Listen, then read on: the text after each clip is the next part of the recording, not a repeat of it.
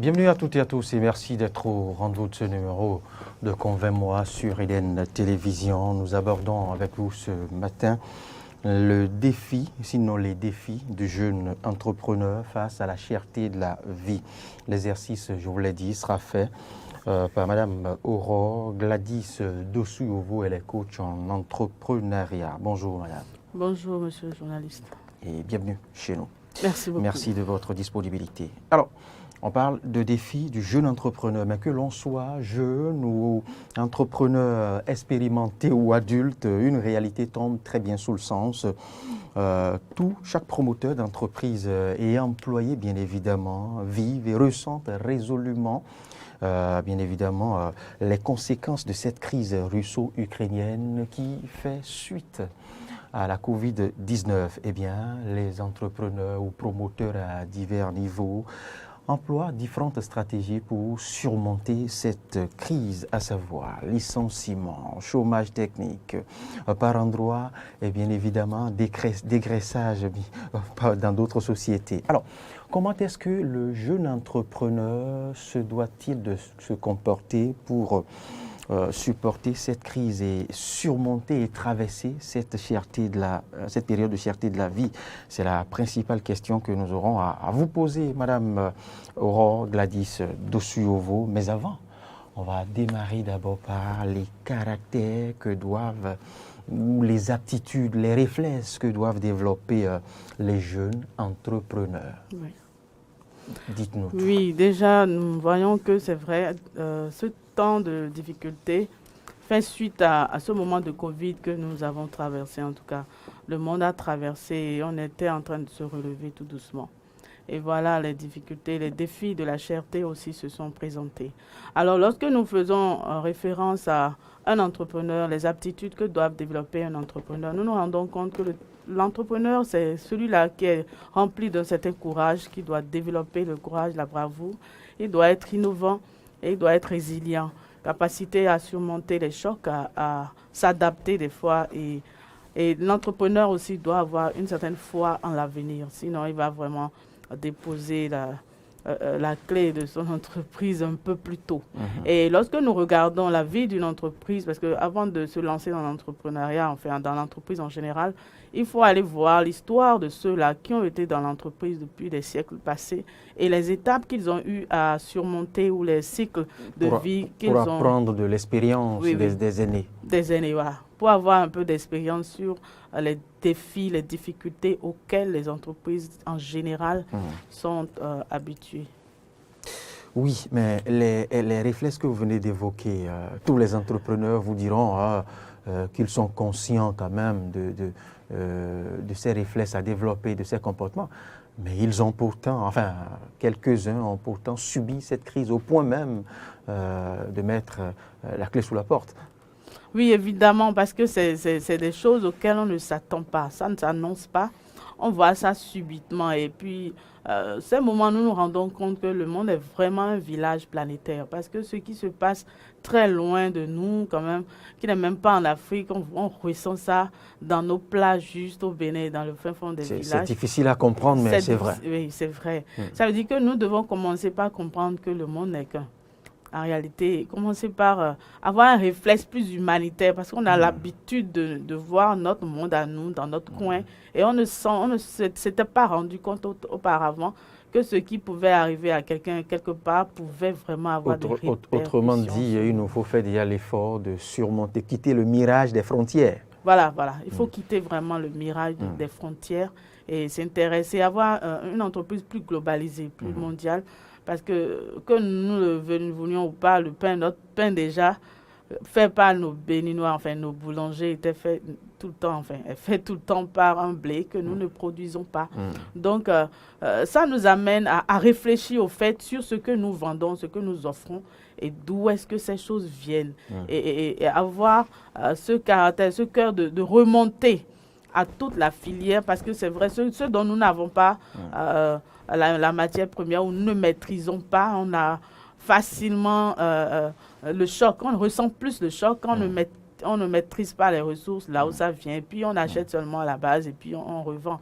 C'est vrai, pendant ces moments, il y a d'autres entrepreneurs qui s'en sortent très bien parce que... Justement. Eux, ils profitent parce que nous voyons qu'il y a des produits de première nécessité, il y a des produits dont on n'a pas totalement besoin. Mais les choses, par exemple, qui sont concentrées sur l'agroalimentaire, on est obligé d'acheter, qu'on le veuille ou non, qu'on ait d'argent ou pas. Des fois, on s'endette même pour aller acheter. Donc, les entrepreneurs qui sont dans ces secteurs alimentaires, quand même, arrivent à augmenter leur prix. Et bon, des fois, c'est comme si c'est pas si humain que ça, finalement, parce que ils annoncent ça sans état d'âme. Voilà, mon truc est à tel montant maintenant. Et parce qu'ils savent qu'en réalité, qu'on le veut ou pas, on va acheter. Même si toi, tu n'achètes pas, quelqu'un viendra acheter. Donc, il y en a qui profitent vraiment de ces moments pour s'enrichir. Oui. Pour se lancer dans une propension inflationniste qui t'a profité davantage de la période. De la période. Et ça fait que les marges qu'ils font vraiment, c'est énorme. Peut-être beaucoup vont s'enrichir, comme le temps de Covid d'ailleurs. Certains étaient en train de mourir, mais d'autres construisaient leur entreprise. Donc, le monde aussi est un peu fait de cette manière-là, je veux dire, le monde de l'entreprise en général. Il y a toujours des victimes. Mais c'est l'aptitude à faire la transition en réalité que nous devons développer tout le temps. Quand nous sommes en entreprise, nous devons avoir cette capacité de faire une certaine transition rapide. Et le problème, le défi que les jeunes ont beaucoup aujourd'hui, c'est le manque de capital. Parce que déjà, enfin, ceux qui n'ont pas encore lancé les entreprises, par exemple, qui avaient besoin de ressources, aujourd'hui, avec le manque de ressources, auront du mal à lancer maintenant leur entreprise parce qu'il faut un peu plus de capital pour aller le faire.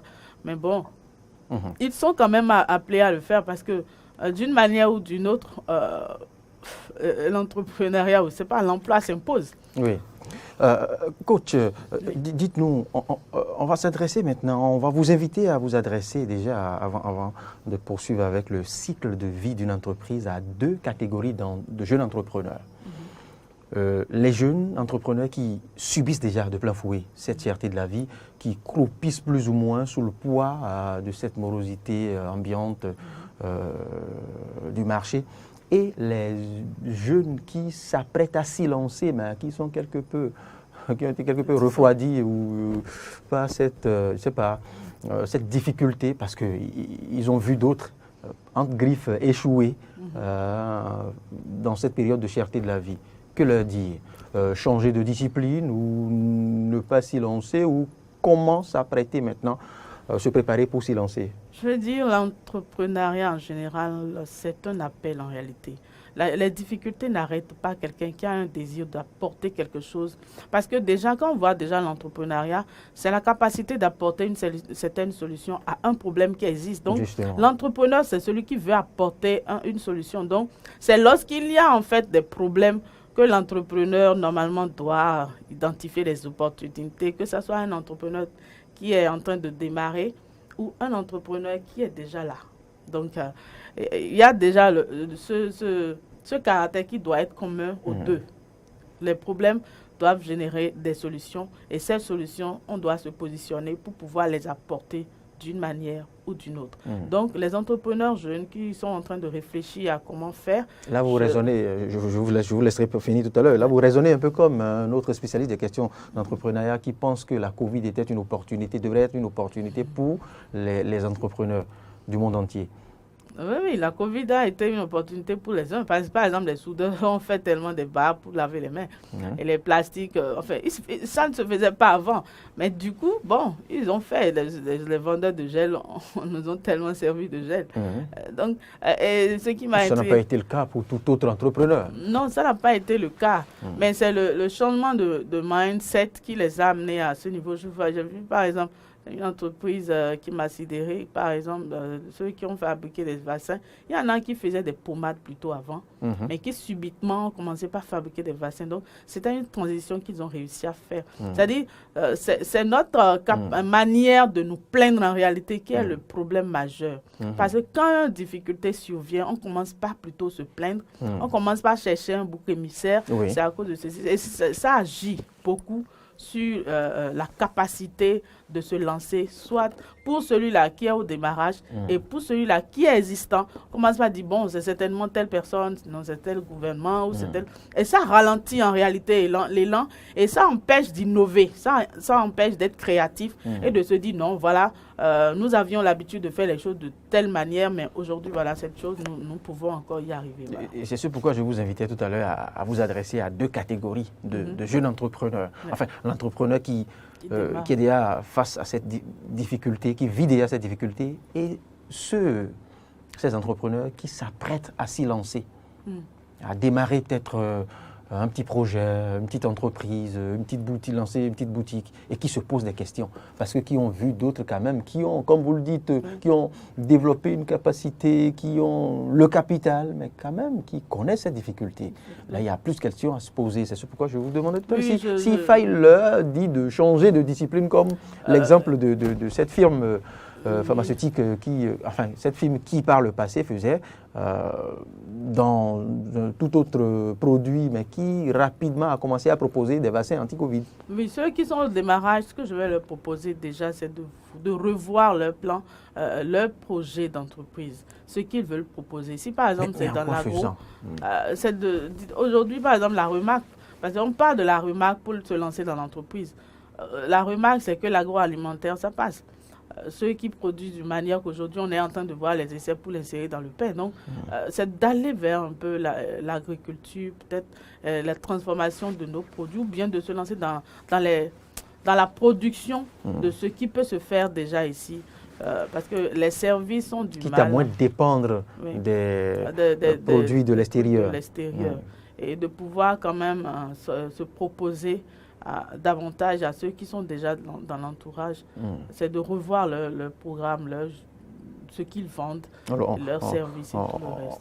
On vous écoutera plus précisément à travers, quand on aura abordé l'innovation, vous leur donnerez des pistes pour pouvoir s'adapter à cette réalité. Mais avant, coach, dites-nous, une entreprise, c'est quoi son cycle de vie? Oui, le cycle de vie d'une entreprise, c'est le démarrage. Le démarrage, c'est le début déjà. Le temps de se lancer, c'est le démarrage. Et après le démarrage, il y a la croissance.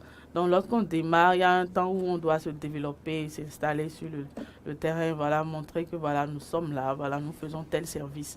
Et on croit, on fait connaître davantage son produit. Et après la croissance, il y a la maturité, l'étape de la maturité où le produit est connu, où le produit a été adopté, où on sait que telle entreprise fait telle chose, on est reconnu pour ce qu'on est en train de faire. Et on a vu que la véracité du produit, c'est-à-dire le produit apporte la solution qu'on a proposée au départ. Donc après la maturité, c'est là où on parle de la transition. Parce que lorsque nous regardons notre nature humaine, nous aimons ce qui est nouveau. En réalité, l'homme aime ce qui est nouveau. Lorsque, par exemple, je sais pas, je prends les couturiers, par exemple, la mode, simplement, par exemple, les gens ne sont portés à aller chercher une nouvelle tenue que lorsqu'ils trouvent que, voilà, un autre modèle que quelqu'un a eu à apporter, voilà, à faire d'une certaine manière, c'est ça qui les amène à commencer par se dire, voilà, ça, j'ai déjà des tenues, mais je veux aller faire ceci. Donc, ça, de la maturité, ça amène à la transition. Il y a beaucoup de personnes qui se stagnent dans l'étape de la maturité et qui ne bougent pas et qui sont souvent surpris par la concurrence qui propose un nouveau produit et du coup, leur produit commence par régresser. Donc, après ça, nous avons l'étape de la succession où on passe la main à une autre personne.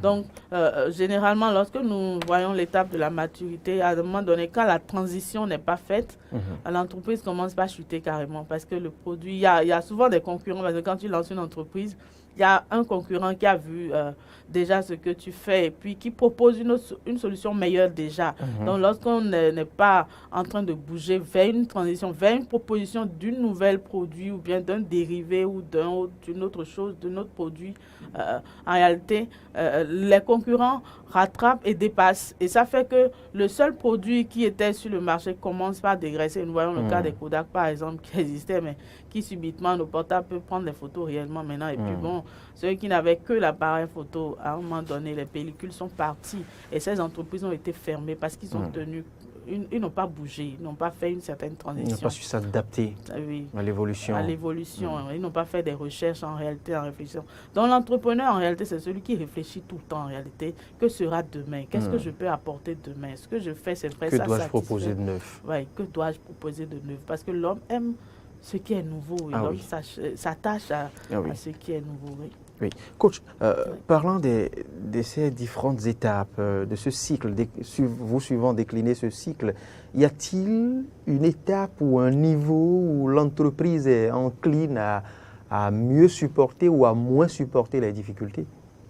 C'est à tous les niveaux, hein, parce que mieux supporter les difficultés. Les difficultés peuvent venir à tout moment. C'est vrai, oui, mais quelle est l'étape où l'entreprise peut peut-être mieux résister? Mieux résister quand c'est au niveau de la croissance. Par exemple, quand on a un produit qui est en train de croître, tout le monde achète. Lorsque les difficultés arrivent, bon, on a une certaine ressource, on a une certaine marge déjà. Donc, les difficultés, on le ressent un peu moins parce que c'est en plein essor en réalité. Maintenant, il y a d'autres difficultés quand même qui arrêtent tout. Ah oui. Réellement, oui. Ça détourne l'attention en réalité. Par exemple, tu proposes un service et puis voilà, les gens ont faim plutôt que d'aller, c'est pas un produit de maquillage, je prends un exemple comme ça. Hein. Et puis le produit de maquillage est en plein essor, mais voilà un temps où voilà, Covid est venu, où il faut porter les masques. Où finalement on n'a plus besoin de tes rouges à lèvres que tu proposes.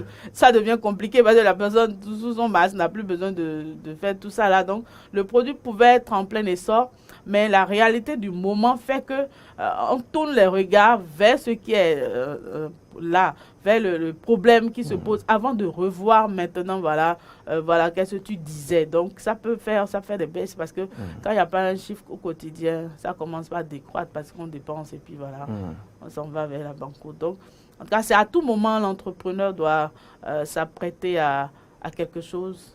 C'est pourquoi l'entrepreneur, c'est celui qui est à l'affût de l'information. Il doit être en état de veille. Il doit être en état de veille constante, aujourd'hui mondialement, parce que savoir ce qui s'est passé quelque part, je ne sais pas quelle réflexion a été menée, parce que les autres ont eu leurs problèmes en Chine. Comment... Et savoir déjà, voilà, j'ai telle information et partager ça avec les frères. Il y a d'autres qui ne... Un entrepreneur, par exemple, qui n'est pas sur les réseaux sociaux, qui n'est pas sur WhatsApp, qui est avec son petit portable seulement, il sera surpris. Si les conservateurs, voilà. Peut-être s'il est d'une certaine religion ou d'un certain siècle où il ne faille pas s'ouvrir, voilà, on ne va pas lui en tenir rigueur.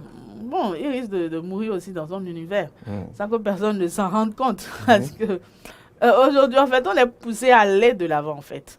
Ce n'est plus une décision solitaire où on va dire, voilà, bon, mes manières m'imposent là. Tu finiras par rester tout seul dans ton coin et tu seras à la traîne. Et tu seras obligé de suivre le pas parce que les gens marchent, le monde marche, les gens avancent en réalité. Donc l'entrepreneur doit être ouvert en réalité que d'être fermé d'esprit, ne pas bouger. Et il sera plus victime en réalité. Et donc il faut s'efforcer de se mettre au pas. Oui. De supporter le rythme, de s'adapter au rythme de l'évolution et le rythme de la vie de l'entrepreneur. Alors, coach, comment l'entrepreneur doit réfléchir à l'innovation, le jeune surtout?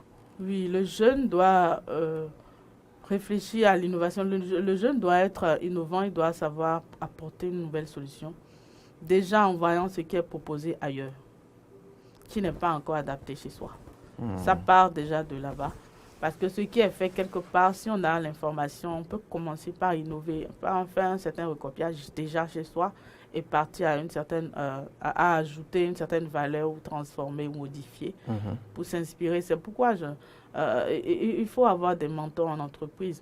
Parce que quand tu as un mentor, tu vois que le mentor n'est pas à ton rythme. Il est à un certain niveau déjà. Donc, ça te pousse à innover pour aller au pas du mentor en réalité, de celui-là que tu cherches à imiter. Parce qu'on ne peut se tenir debout qu'avec quelqu'un avec lequel on a la même taille. Donc, ça pousse à réfléchir en réalité, à voir, voilà, qu'est-ce que je peux y apporter. Donc, ça part de l'observation, de l'écoute de ce qui est fait à l'extérieur et de la recherche de nouvelles opportunités aussi. Quand, par exemple, on vulgarise, par exemple, bon, il y a des entreprises qui ne sont qu'à Cotonou, alors que le Bénin n'est pas que Cotonou, c'est vaste en réalité. Déjà, en faisant un petit voyage vers le nord, on découvre d'autres réalités et on se rend compte que mon produit que je ne propose qu'à Cotonou n'est pas adapté peut-être, c'est pas à Nati ou à Basila ou je sais pas. Et il y a d'autres choses qu'on peut ajouter ou qu'on peut amener, par exemple, du nord vers le sud déjà. Ça fait déjà de l'innovation parce qu'il y a beaucoup de choses qui sont dans le Bénin que tous les Béninois ne connaissent pas. Donc, en bougeant, en faisant 7 ans de pause, de vacances, bon, que le bon Béninois n'a pas souvent l'habitude de prendre parce que nous travaillons tout le temps sans prendre de pause. Sinon, si on essayait de prendre une petite pause, de voyager, de traverser le pays, on découvre d'autres choses. Et ça nous amène à changer la mentalité, la manière de voir ou bien la manière même de voir le produit qu'on propose et à commencer par le proposer d'une autre manière ou ajouter d'autres choses. Donc, c'est un investissement sur soi, la recherche des opportunités, voir ce qui manque et ce qui peut se faire encore ailleurs et l'adapter chez soi. On parle ici, sinon que vous parlez ici plus précisément aux jeunes entrepreneurs. Ces jeunes entrepreneurs qui, vous le savez, en griffe, sont quelque peu diminués par rapport aux anciens, aux aînés, aux entrepreneurs déjà accomplis ou confirmés sur le terrain. Ces jeunes ont aussi à supporter la mauvaise foi entre griffes de certains aînés. Et à cette mauvaise foi s'ajoute aussi dame concurrence. Vous ne l'avez pas abordé. Oui, il y a la dame concurrence qui permet aussi d'innover, de réfléchir. Parce que j'étais à un panel, enfin, on était à Abidjan et on dit l'entrepreneuriat, ce n'est pas de la solidarité. Quand on veut rentrer dans quand on veut rentrer dans... C'est pas de la solidarité. C'est pas de la solidarité. C'est pas la guerre non plus. C'est pas la guerre non plus. Non, en fait, c'est une certaine guerre froide. Hein. C'est une certaine guerre, bon. Parce que le concurrent n'aime pas ta tête, mais bon, on doit te sourire quand il te voit. Donc, il y a une certaine guerre qui est là. Donc, c'est-à-dire qu'on doit se préparer à ça. Bon, on s'aime à l'apparence, mais en réalité, je veux vendre mon produit. Parce qu'on discute la même part de marché. Oui, on discute la même part du marché. Donc, il y a ce côté-là. Que l'entrepreneur ne doit pas perdre de vue. C'est pourquoi les formations, par exemple, sont organisées tout le temps où le jeune doit bouger, aller s'informer et se faire former et savoir dans quel univers je suis en train de venir, qu'est-ce qui doit être fait, qu'est-ce que je dois faire, quel rythme je dois faire. Parce que, par exemple, il y a des jeunes qui ne s'approchent pas des aînés juste parce qu'ils n'ont pas le caractère d'observateur. Les aînés ne parlent pas beaucoup. Ils ont eu à traverser tellement de choses que s'ils se mettent à raconter, les jeunes n'arrivent pas à percevoir la quintessence de tout ce qu'ils racontent. Ça fait qu'ils préfèrent se taire. Et quand on est sage et on veut apprendre réellement d'un aîné, on se tait, on observe et on déduit soi-même et on imite. Et alors, quand tu as imité, tu commences par faire une preuve de maturité que l'aîné commence par partager en réalité. Nous avons pris par là. Donc, par exemple, je me rappelle... Mais certains aînés refusent de partager. Hein. Non, ils ne partagent pas en réalité. J'ai fait avec pas mal d'aînés. Hein. Au départ, ils ne partagent pas. Je me rappelle, bon, avec les choses dans lesquelles nous sommes, par exemple, il y a des choses, j'ai demandé à certains aînés, ils m'ont dit non, oh, du courage. Et finalement, je me suis dit, bon, attends, ce que tu es en train de faire là, je vais y arriver aussi. Et quand je me suis lancée un peu dans le même, dans le même challenge que cet aîné-là, je crois, à un certain moment, il a récupéré un truc sur mon profil, il m'a dit, ah, félicitations, tu as grandi. Alors que j'aurais aimé quand même qu'il m'enseigne ça. Et c'est plus tard maintenant. Ça aurait été peut-être trop facile pour vous aussi. Voilà, ça aurait été trop facile. Voilà, donc c'est un peu ça, parce que j'ai découvert par moi-même beaucoup de choses qu'il ne me disait pas, il était muet. Et c'est là, il me dit, voilà, tu as compris maintenant quelque chose. Donc, du coup, c'est aussi une autre forme de formation. Je suis d'accord, mais ça n'est pas le cas que j'évoquais. Il y a ce que vous venez d'évoquer là, l'enseignement par l'exemple, n'est-ce pas?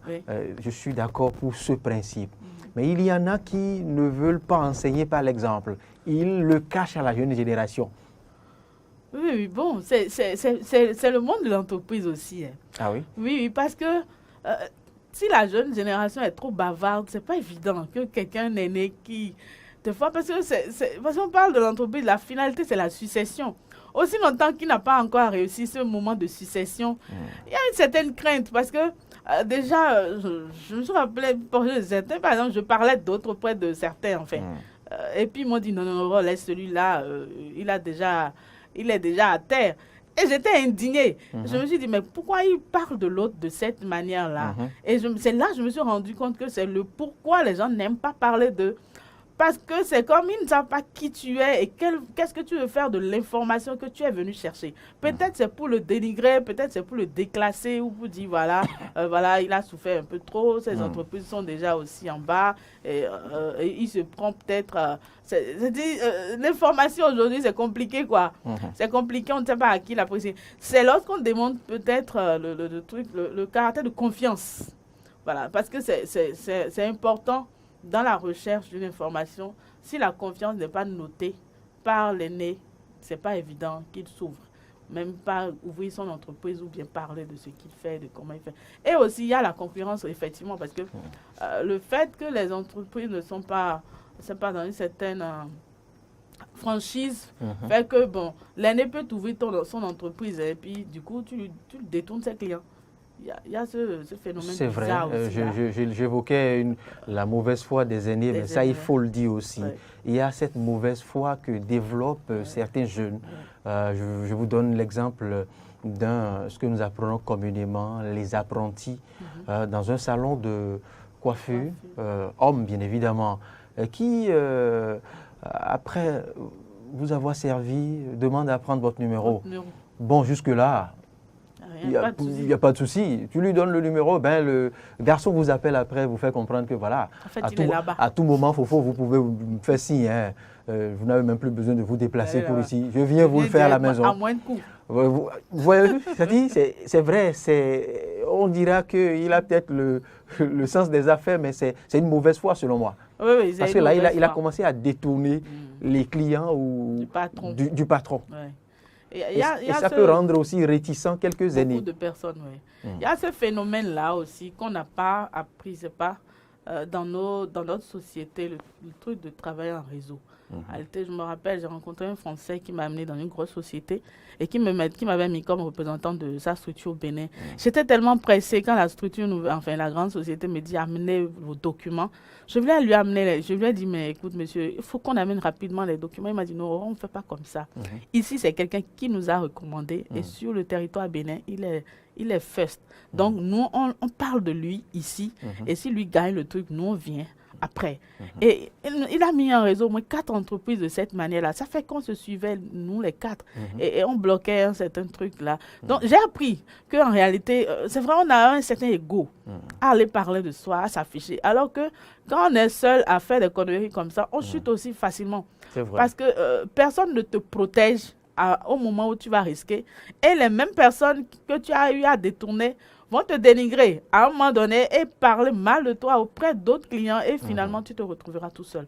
Donc on doit apprendre à travailler en réseau, avoir confiance au patron et progressivement, si le patron a confiance en ta qualité de travail, il peut t'envoyer sur un autre terrain et t'ouvrir un autre champ plus élargi. Donc il y a ce... Oui, coach, j'ai évité à l'évoquer, mais vous venez de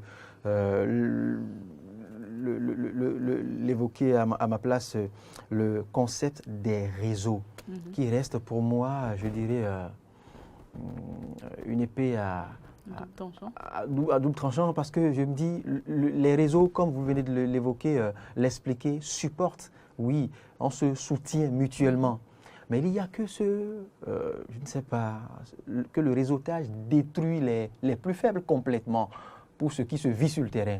Et si vous n'êtes pas peut-être très proche dans le réseau, si vous n'êtes pas d'une certaine loge, si vous n'êtes pas d'un certain cercle, eh bien vous ne participez à rien, même si vous remplissez les mêmes conditions que même si vous êtes plus capé que d'autres jeunes, eh bien ils ont tous les marchés parce que seulement ils font partie du bon lobby, du bon réseau. C'est ça, au fait, je ne dirais pas les conséquences des réseaux. Les réseaux ne profitent qu'à leurs membres, au détriment des pauvres. C'est-à-dire, en tant que jeune, par exemple, on doit travailler pour appartenir à un réseau. On ne peut pas vivre seul.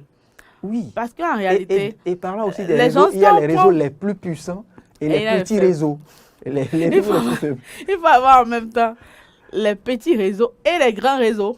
Et dans un réseau, au fait, on n'est pas Oui, mais il faut spectateur. pouvoir appartenir à ces servir. réseaux. Ouais, il faut Ce toujours n'est pas appartenir. donné à tout le monde, vous le Non, savez. non, c'est dit, bon, par exemple, nous organisons des forats à chaque moment. Et puis, pendant les forats que j'organise, par exemple, j'ai dit, prenez le contact de tel. Parce qu'on essaie d'amener certaines personnes à ces événements. On dit, bon, prends son contact. Et lorsque tu vas lui écrire, voilà, c'est à tel événement que je t'ai rencontré. Ça a un sens. Parce que celui qui est, c'est pas à la tête, lui, on l'a déjà testé au fait. Et on sait que son oui, c'est oui. Il ne peut pas me jouer un sale tour. Mais voilà, tu es novice, personne ne peut te recommander en réalité. On ne sait pas si tu es un faux, même si tu es compétente. Peut-être tu es compétente dans le vol aussi. Donc, il y a ce problème-là. Il y a par exemple des trucs que, par exemple, j'ai rencontrés comme difficulté. Des gars qu'on a pris à la volette, par exemple, tu leur commandes, par exemple, c'est pas un travail, et ils te donnent un coût tellement élevé en réalité qu'ils ne sont pas prêts à négocier vers le bas. Or, avec ceux avec lesquels on a eu l'habitude de travailler généralement, c'est des gens qui savent déjà, voilà, je suis partenaire, je fais ça déjà à tel moment. Et puis, on ne bavarde plus trop.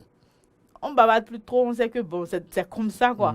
Donc, c'est-à-dire, on doit aujourd'hui se donner un peu plus de travail pour montrer sa capacité à appartenir à un réseau, à servir, parce que le réseau, c'est en fait ça. Coach, les jeunes entrepreneurs, membres des réseaux les plus faibles ou non membres encore des réseaux, ne se refusent pas à adhérer au réseau. Mais il faut rappeler que les réseaux les plus puissants sont hermétiques. Et je ne vous apprends rien. Tellement hermétiques qu'ils ne sont prêts à s'ouvrir qu'aux membres, aux cousins, aux frères des mentors.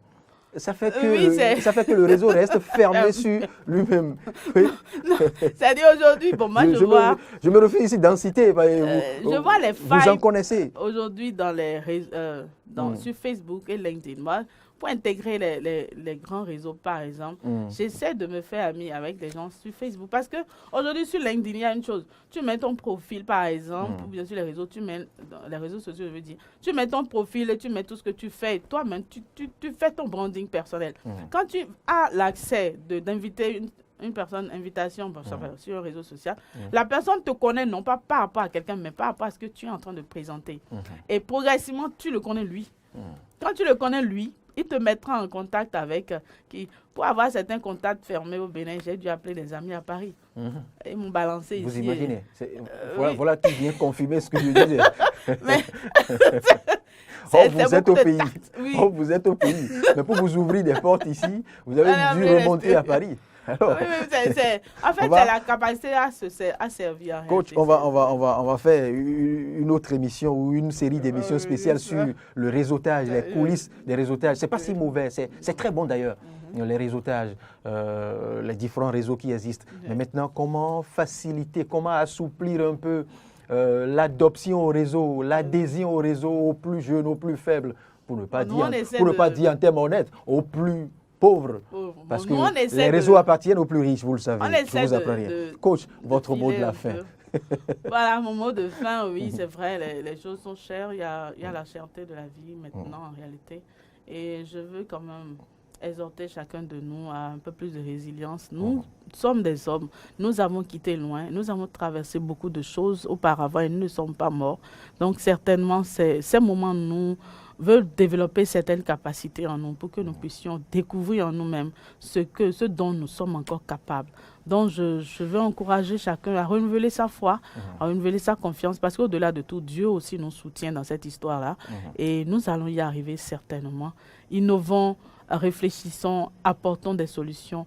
Nous sommes la solution de ce monde. Oui, merci beaucoup. Merci, coach Aurore Gladys Dosiovo. Je rappelle que vous êtes coach en entrepreneuriat. Avec vous, nous avons abordé le défi du jeune entrepreneur face à la cherté de la vie. À très bientôt pour une nouvelle thématique. Merci.